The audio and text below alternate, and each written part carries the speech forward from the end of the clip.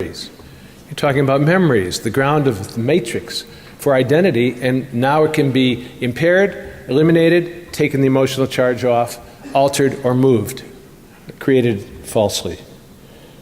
So, who are we then? It was said in 2013 about 3D printing just a couple years ago, yeah, it's in the early stages, but transplantable organs are years away, not decades. Tracheas, bladders today, lungs and livers tomorrow. So far we have printed heart valves, we have patches of beating cardiac muscle, we have small 3D clusters of liver tissue to use in testing experimental implants, bones, cartilage for knees and nose and joints. I'll say more about that. 3D printing, which you can do. You can experiment with creating your own living tissue. Just close the door when you get done, so you can't come under the door out of the room after you. You can't appreciate what is happening with biotech without grasping that you can't grasp the totality of what's happening now. It's advancing faster than anyone can know. So this is a Mobius strip, and that's what we're walking. We think we're walking into a different kind of future, and then we find ourselves coming back to who we are. What's happened now is that published papers in these subjects are often out of date by the time they're published, and much of the work, which is an important part of this talk, is in the dark, is done in research and development facilities in the military and intelligence communities, but not just here, which is very important. They're often off the grid. It's taking place all over the world, and it's being done by networked amateurs, sometimes supported by nation states or other transnational entities. In other words, biohacking is hacking now, period, and information system hacking is merely the machinery which connects the humanity that is indissoluble from itself. Well, let me turn to somebody who says it better than I can. This is a guy named Kit Green, Christopher Green. He has worn many hats and has a resume that's about 17 pages long, and it's all solid. For 16 years, reporting only to the director of CIA, he was senior division analyst for the Office of Scientific and Weapons Intelligence and chief of the biomedical branch of the Life Sciences Division of CIA. He worked at GM for a long time, and he's done global work. Could talk about who he is. This I took in a study as we conversed for a few hours a couple weeks ago in Detroit. And this is what he says. With the explosion of discoveries in the area of neurosciences will come individuals, political entities, and countries that will exploit those findings for nefarious purposes. In the health sector, the enhancement market is growing offshore and is often hidden. Customers do not possess a diagnosable neurological disorder, but they are seeking some cognitive performance advantage or want to prevent a probable decline. And in the performance degradation arena, advantages that intersect our core values as scientists and physicians are joined and challenged in new ways. Let me translate that out of academies. They're not trying to help people. They want to give an advantage to themselves. They want to prevent themselves from declining or being impaired. And the advantages they seek will challenge our core values because they will challenge our ethics and our fundamental way of doing things.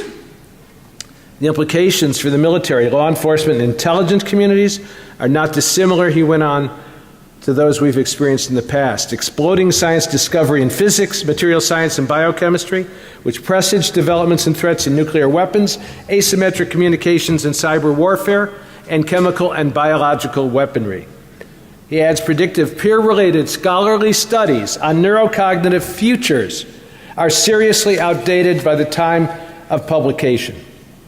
For example, until recently it was not known how even to possibly generate controlled action potentials, that is, using manipulative energies to make muscle and the organisms that had the muscle do things. Now we know that it's 5 years old that transcranial pulsed ultrasound stimulates intact brain circuits. In other words, non-invasive, not implants, but beanies, non-invasive brain stimulation using pulsed ultrasound have generated motor responses in mice. Getting through layers in skin and skull to stimulate an intact brain in a living organism was hard, but reconfiguring ultrasound waveform parameters caused purposive movement. It not only stimulates action potentials in an intact motor cortex, it generates comparable motor responses to those using implanted electrodes. In other words, Already we are growing out of implants in the brain which have been used to work on certain diseases. What can ultrasound do? It can modify behavioral states and memory formation. It can manipulate brain function and stimulate the production of brain-derived neurotrophic factor, BDNF, in the hippocampus to increase brain plasticity. What does that mean? Increasing brain plasticity means we can use pulsed ultrasound to enhance the ability of the brain to respond with elasticity and resilience to the inputs fed into it and to the sensory input and cognitive inputs that challenge it to make sense of the world around it. And it could eliminate memories. Where will it show up in the lives of young hackers? First, probably in gaming. Gamers will, I don't know when, but they will be able to download information and experiences while encoding them into the brain using ultrasound. That could lead to creativity hats. Creativity hats already exist in a way. They're merely taking the pulsed ultrasound I just described and putting them in hats and putting them on your brain and enhancing the ability of your brain to respond to life and to focus, to be highly focused. So why is it important for the military? Because a focused soldier is the most important soldier of all, one who is totally, intransitively attentive to the task at hand. So the means to detect, record, analyze, modulate, and insert brain signals is moving faster than we can grasp. How can we even guess which applications will be pursued by all of the various organizations in this country and others, depending on their ultimate goals and interests, which may be for good and may be for evil? Okay. Tim Thomas wrote, he's a member of a think tank I know, he wrote a long time ago, 1998, last century, in Parameters. The bottom line, he said, is that the human body, much like a computer, contains myriad data processors. They include, but are not limited to, the chemical electrical activity of the brain, the heart, and the peripheral nervous system. The signals sent from the cortex region of the brain to other parts of the body, the tiny hair cells in your ear that process auditory signals, and the light-sensitive retina and cornea of the eye that process visual acuity. We are on the threshold, he said, of an era in which these data processors in the human body will be manipulated or debilitated. In other words, this is serious stuff, and a serious threat potential exists. This is where it comes into the realm of hackerdom, which has to decide if it's going to be hacking white hat, gray hat, or black hat, whatever that may mean.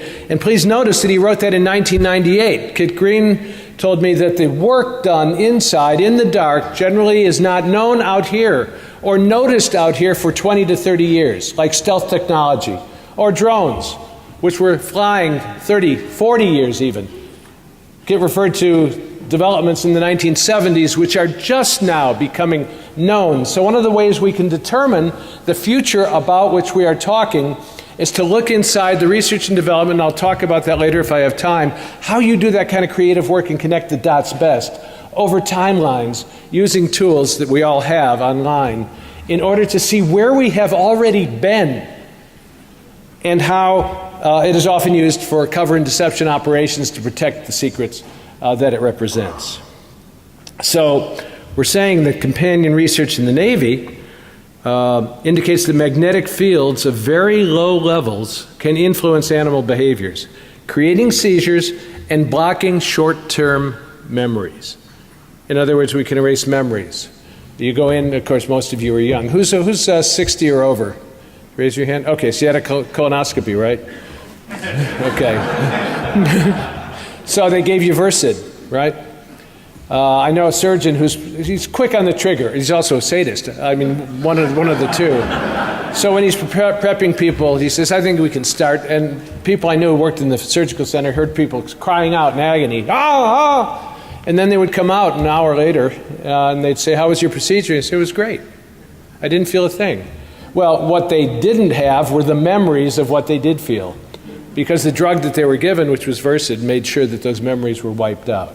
So we can do it that way pharmacologically with people who willingly consent by signing the agreement to let anything being done to them be okay. But we're also learning to do that, as I say, through magnetic fields of very low levels that can block short-term memory formation. So we're going to be using forgetfulness as a weapon. Now we know that on a societal level, that's what the media has done. That's what the memory hole is for, to distract people from what's real and what's happening by giving them nonsense. My wife and I not long ago watched Idiocracy again on HBO. And then it segued into coverage of the Republican primaries. And yeah, you know the punchline. It was a seamless transition, right? And because we were watching that nonsense, both the movie and its real-life basis, we weren't paying attention to the horrible things. I get intelligence briefings every morning in email, and all the people are being blown up. All the people are having their heads cut off. All the people are being killed. All the bombs are exploding. It's a great way to start the day, but it's real. And reality is that which, according to Philip K. Dick, will not go away because you refuse to believe in it. So, all emerging technologies that we're starting to discuss are hazards in two ways. They can go horribly wrong, or there can be unforeseen consequences even when they go right. Bad intentions, remember, often drive innovation and application.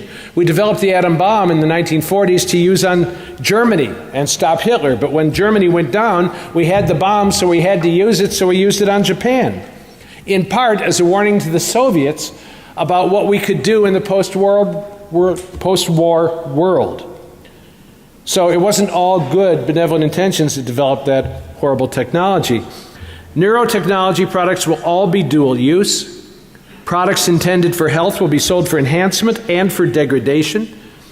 Safety, social, ethical, legal constraints that we even think about here may not apply in other countries.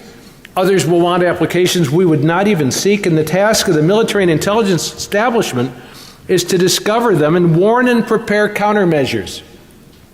But so far, according to Kit Green, our governments do not have the internal capacity to warn against neuroscientific developments that could lead to catastrophic intelligence failures. In other words, what we anticipate will happen, and we will not see it coming.